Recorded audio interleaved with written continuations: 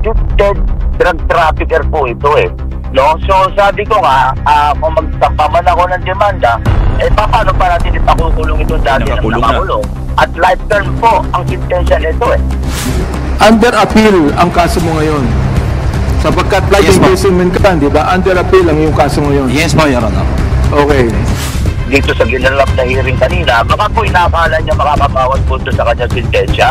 Mr. Guban, naniniwala ka na itong committee ito may mga gawa para sa justisya mo?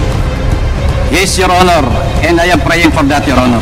Okay. Itong si Paul Gutierrez na lumapit sa iyo, sabi mo, na ang nagsabi sa iyo, wag mong banggitin ang mga pangalan nila Pulong, Michael Yang at Man. Alam namin kung saan nakatira ang pamilya mo. Alam din namin na nasa Makati ang anak mong lalaki. Sino si Paul Gutierrez? Your Honor, sa aking pagkakalam, hindi ko yung personal na kakilala. Yan ay tiga-media, noon pa. Namamasyal yan sa bureau. Naniniwala ka na ang media pwedeng tumapot sa iyo ng ganito? Your Honor, ang media ba ay nananakot ng ganito?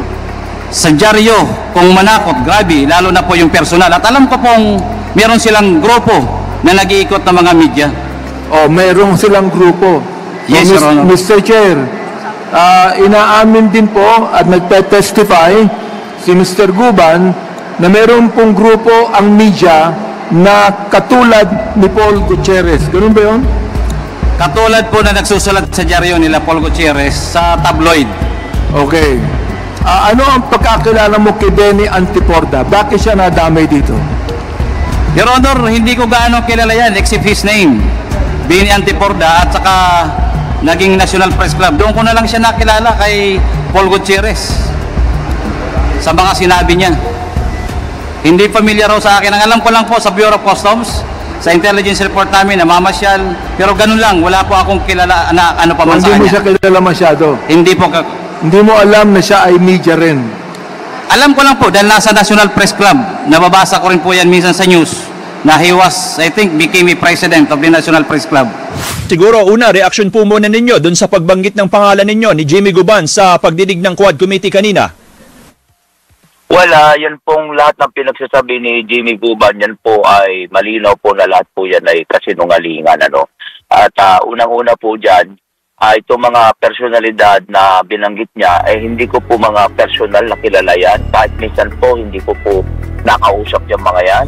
Wala po akong alam kung paano sila makokontak. No? Ito pong mga pamilya Duterte, wala po akong kilala sa mga yan ng personal. Ito pong si Mr. Mal Scarpio, hindi ko pa rin po nakaharap yan. Mr. Michael Yang, hindi ko pa rin po nakaharap yan. O hindi ko rin po kilala yung mga yan sa personal na bagay, no? At pangalawa po, ito pong si Mr. Jimmy Guban. Ako po kasi ay Senate and Customs reporter ng People's Journal, ano? Siya po ay hindi ko rin po, bagaman po gano'n ang bit ko, hindi ko po yung personal na nakilala o nakausap at hindi ko po minsan man lang na-interview man lang yung isang yan. Opo, isa ho dun sa mga allegations na binanggit ng Jimmy Guban kanina ay di umano, pinuntahan nyo raw siya, di ba, nung siya'y nakakustudiya ng Senado para sabihin na wag babanggitin yung pangalan ng mga Duterte. Nagkita ho ba kayo once in your lifetime ni Jimmy Guban?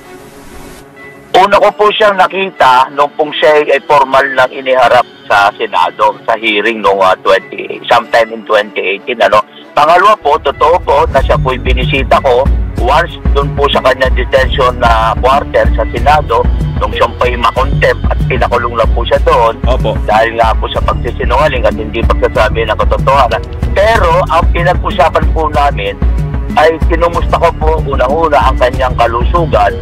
Sapagkat alam po ninyo, nung paano pong kino-cover natin yung hearing na yan, ito pong si Mr. Jimmy Guban, wala na po itong ginawa kundi magdahilan. Tumataas ang blood pressure, masama ang pakiramdam. So sabi ko, bilang reporter, gusto natin personal na makita sa kanyang sasabihin at sa kanyang pangangatawan kung talaga bang siya ay may sakit. Ano? So kinumusta ko lamang po ang kanyang kalusugan at pangalawa po, itinanong ko sa kanya, o yung isang dating media man na palagi namin nakikita nagko-cover din ng hearing, ay yun ang PR niya sa mga panahon na yon. So pinuntahan po ninyo si Jimmy Guban, sabi mo nga binisita mo siya hindi para magpahatid ng mensahe galing kung kanino man, kundi para lamang bumuo ng storya bilang Senate reporter nung time na yon at alamin kung valid nga ba or totoo yung sinasabing siya ay may sakit nung time na siya naka-cite in contempt. Opo. Yan po ang katotohanan dyan. Ano? At pangalawa po, sino po ba itong hamak na reporter ng isang dyaryo para po magbanta po sa kanya on behalf ng mga tao na hindi po naman po kilala at hindi rin po nila ako kilala. Siguro po magkakaroon kayo ng pagkakataon na matanong itong mga pangalan na binanggit niya, itong sinda Michael Yang, ito pong sinda Attorney Hans Carpio, ito pong sinda Congressman Pulong Duterte, kung kilala po nila ako. Never once po na nagkita-kita po kami ng mga ino, nagkausap. Opo, at siguro sa inyo na rin manggaling yung allegations po na kayo bang naging emisaryo ni dating NPC President Benny Antiporda para pumunta kay Jimmy Guban? Po, yan nga po ang matindi sa mga kasinungalingan po ni Guban eh. Ako po ay hindi empleyado, assistant o ano po ni Mr. Benny Antiporda. Ako po ay reporter, ang bid ko po ay Customs at Senado. Kaya po ako'y palaging nandoon ng mga panahon na yun para po mag-cover ng hearing. Totoo po na magkakasama po kami ni Benny Antiporda sa National Press Club dahil dati po siyang naging Pangulo doon, ako po dati rin naging Pangulo at magkakakilala po kami. Pero yung po sasabihin niya ako ang emisarya po ni Benny Antiporda para takutin siya, ay hindi po, napakalayo po sa katotohanan yan. Ayun. So, ako po, ulitin ko po, nandun po ako sa Senate hearing sapagkat ako po ay reporter na naka-assign po sa Senado at sa Bureau of Customs. Ayun. So anong plano ninyo ngayon, Yusek Paul, na ganyong nabanggit po yung inyong pangalan? Meron ho ba kayong legal na hakbang na planong gagawin sa mga susunod?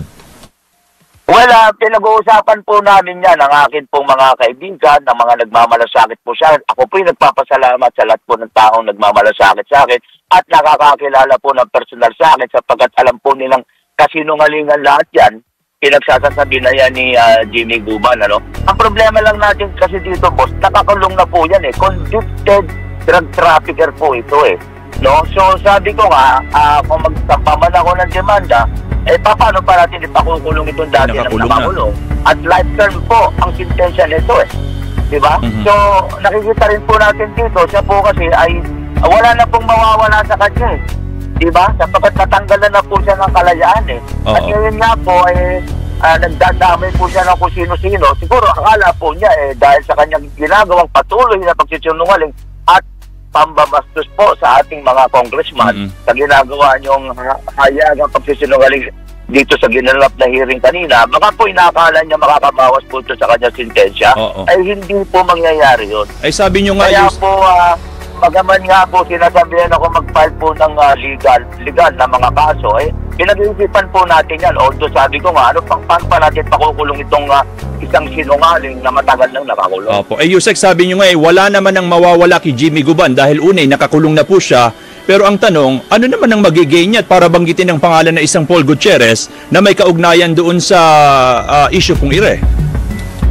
Tama po, ang maganda po tanong yan, ano? Ang akin po sagot yan ay simple. Dapat po nating malaman, kayo po sa ating mga kapatid sa media, dapat po nating itanong, sino po ang tumulong kay Mr. Jimmy Guban na ihanda itong kanyang inumpaang kasinungalingan at piniresenta po sa Kongreso. Yung po nagtumulong sa kanyang ihanda yung kanyang affidavit. Yan po natin malalaman kung bakit hindi naman kami magkakilala at bigla na lamang po niyang ginawit ang pangalan ng inyong kasamaan. Alright. Yusek Paul, maraming salamat ha sa pagsagot sa tawag namin. Magandang gabi ho't mag-iingat po kayo.